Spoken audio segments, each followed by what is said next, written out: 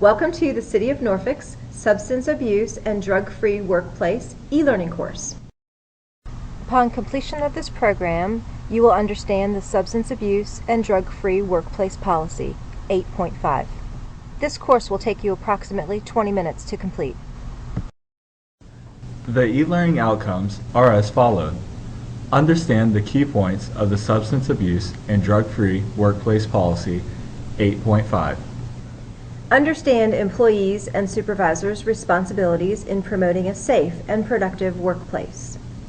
And to provide guidelines for the detection and deterrence of alcohol and drug abuse. So let's discuss the policy purpose. It is the policy of the City of Norfolk to maintain a safe, healthy, and productive work environment for all employees. The City will act to eliminate any substance abuse which increases the potential for accidents, absenteeism, substandard performance, poor employee morale, or tends to undermine public confidence in the City's workforce. We understand that this can be a sensitive and emotional topic that may impact the people that you work with and care about. Substance abuse may negatively impact an employee's performance. This training will provide you with resource materials to assist you with this topic. It is important to understand the general responsibilities of this policy. All City of Norfolk employees are expected to adhere to the guidelines established in the Substance Abuse and Drug-Free Workplace Policy 8.5. And all City of Norfolk employees are expected to ensure a safe, healthy, and productive work environment. All employees are responsible for adhering to the guidelines established in this policy. Specifically, notify the department head in writing of any criminal drug statute conviction within 2 workdays after such conviction. Notify the supervisor before beginning work of any medication or drugs that may interfere with a safe and effective performance of duties. Comply with drug testing based on reasonable suspicion, random testing, or post-accident injury testing. The department heads, managers, and supervisors are responsible for ensuring this policy is fully implemented and enforced. Additional responsibilities include the following: ensuring maximum compliance with and employee awareness of the Substance Abuse and Drug-Free Workplace Policy 8.5, participating in substance abuse and drug-free workplace training provided by the Department of Human Resources, observing and monitoring employees' behavior for signs or symptoms of drug or alcohol use, consulting with the Department of Human Resources on any matters related to this policy, and always maintaining confidentiality. The Department of Human Resources is responsible for policy administration, guidance, and compliance. Additional responsibilities include ensuring maximum compliance with and employee awareness of this policy, providing substance abuse and drug-free workplace training, providing consultation and facilitation of meetings for rehabilitation opportunities, and record maintenance. There are a few different ways to locate the policy. One of them is from www.norfolk.gov/staff. You can click on the staff intranet link. On this page, you'll select departments located under the Quick Links area, which is in the upper left-hand corner. Select the Human Resources link under Departments. Select Policies and Procedures. Next, select the Personnel Administrative Policies link. Next, use the scroll bar to scroll down to Chapter 8. Once you get to this chapter, you can expand the content by clicking on the Expand button to the left of the bookmark. Now you're ready to select the applicable policy. Now let's explore the procedure. Employees are reminded that if they are aware of a problem with substance abuse, the City makes professional help available without initial cost through its Employee Assistance Program, EAP. When drug and alcohol screening is required under the provisions of this policy, a urinalysis, blood test, or evidentiary breath test, in the case of alcohol, will be given to detect the presence of the following drug groups: alcohol, or otherwise known as ethyl, amphetamines or methamphetamines, cocaine, opiates, phencyclidine, otherwise known as PCP, THC, otherwise known as marijuana. Employees must notify their supervisors before beginning work when taking medications or drugs which might interfere with the safe and effective performance of duties or operations of city equipment. In the event there is a question regarding an employee's ability to safely and effectively perform assigned duties, the city may send an employee home, request the employee participate in an evaluation performed by the city's medical provider, request the employee provide medical documentation from the employee's treating physician. Job applicant testing. All applicants will be required to undergo a drug test upon an offer of employment prior to their final appointment. An applicant who refuses to consent to a drug test within 24 hours will be denied employment with the city. Applicants will be denied employment with the city if their initial test is positive. Employee testing. The city may require an employee to undergo drug and alcohol testing for reasonable suspicion, random testing, or post-accident or injury to determine if the employee is under the influence of drugs or alcohol during work hours. Refusal to consent. An employee who refuses to consent to a drug and/or alcohol test will be placed on pre-disciplinary leave, pending disciplinary action up to and including termination. Pre-disciplinary leave is leave without pay.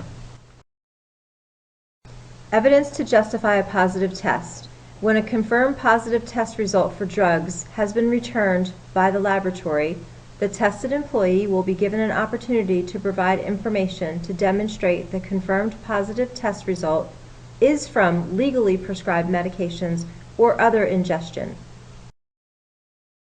Evidence to justify a positive test result may include, but is not limited to, a valid prescription, a written statement from the individual's physician verifying a valid prescription. Once the medical review officer determines the legitimacy of a positive result, the result will then be considered a verified positive test result. The medical review officer will promptly and confidentially notify the Director of Human Resources or designee. The employee may submit a written request to the Department of Human Resources for a retest of the original specimen within 72 hours of being notified by the medical review officer of the positive results. The retest will be at the employee's expense. Consequences of a positive test. If an employee tests positive for drugs and/or alcohol, the employee will be placed on pre-disciplinary leave pending the determination of potential discipline, up to and including termination. All information from drug and alcohol testing is confidential. Only those with the need to know are to be informed of test results. Testing requirements. All drug and alcohol testing will be conducted at medical facilities or laboratories selected by the city. Alcohol testing using a breathalyzer may be conducted by qualified personnel at any site designated by the city. Concerning criminal convictions, every employee is responsible for notifying their department head in writing of any criminal drug statute conviction within 2 workdays after such conviction. Failure of the employee to provide this notification will be a separate ground for disciplinary action. Any department head who receives notification of a criminal drug statute conviction, in addition to other administrative actions directed by this policy, will immediately report the same to the Director of Human Resources. So let's explore searches. The city reserves the right to search, without employee consent, all areas and property over which the city maintains joint control or full control. Please take a moment to review some of the areas and property that the city can search.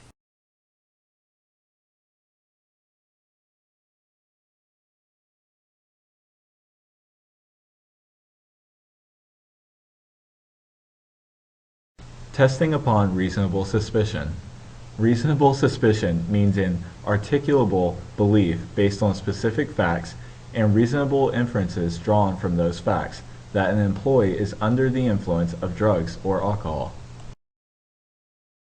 Circumstances which constitute a basis for determining reasonable suspicion may include, but are not limited to, a pattern of abnormal or erratic behavior, information provided by a reliable and credible source, a work-related accident or significant safety violation, direct observation of drug or alcohol use. Possession of drugs or drug paraphernalia, or presence of the physical symptoms of drug or alcohol use.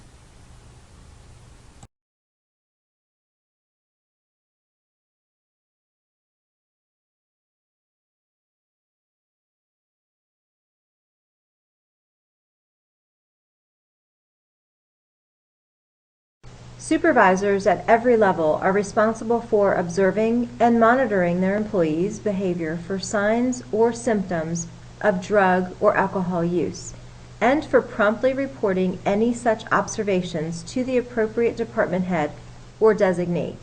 Note, supervisors should be familiar with the entire Substance Abuse and Drug-Free Workplace Policy, 8.5. More information can be found in the Testing Upon Reasonable Suspicion portion of the policy. An employee will be required to participate in random testing when the duties or responsibilities of his or her position require or include the handling and/or use of firearms, the exercise of independent judgment in the rendering of emergency medical care and/or other emergency assistance, the exercise of independent judgment in emergency situations,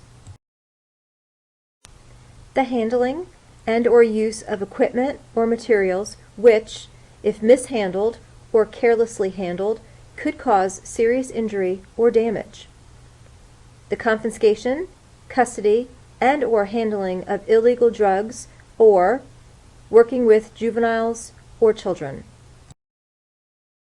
Employees may be tested on a random basis as determined by the department head. There will be no prior notification given to employees as to the date, time, or location of any random test to be conducted. Post-accident or injury testing.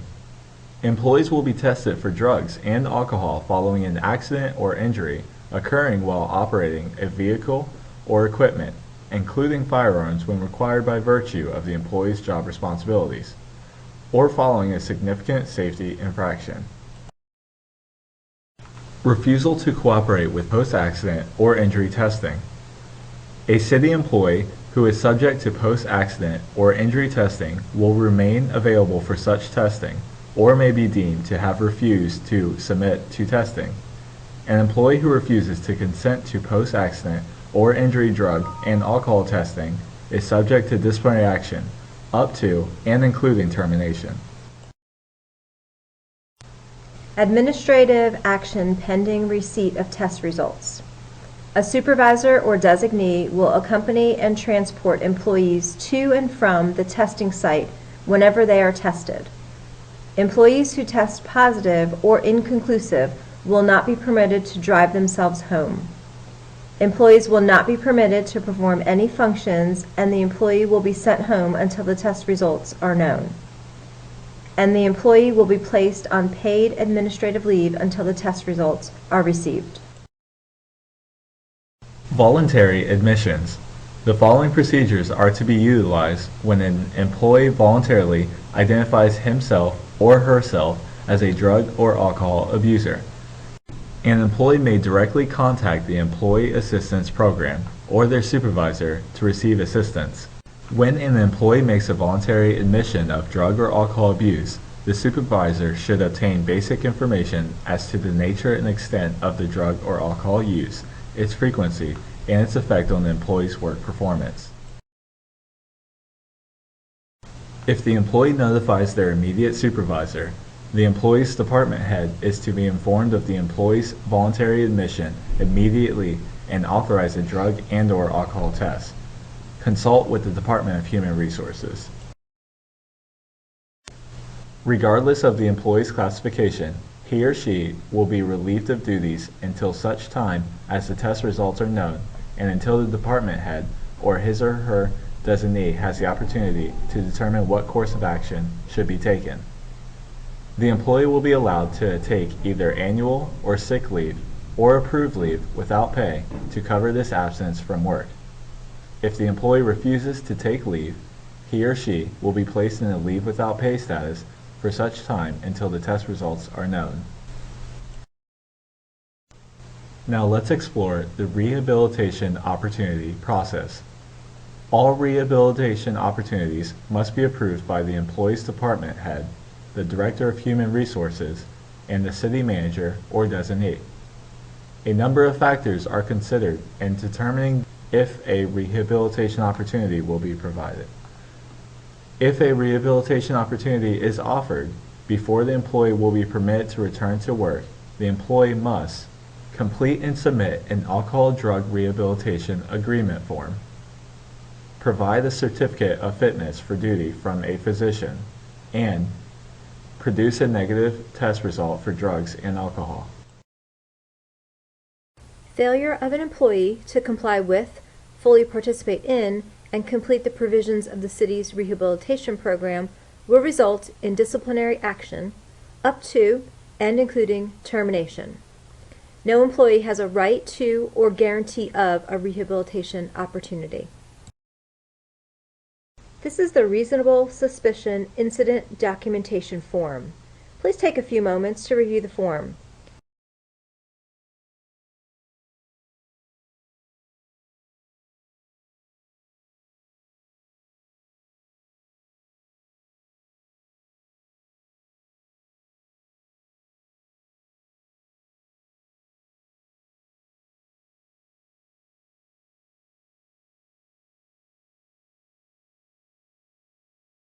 The Reasonable Suspicion Instruction Form should be completed along with the Reasonable Suspicion Incident Documentation Form.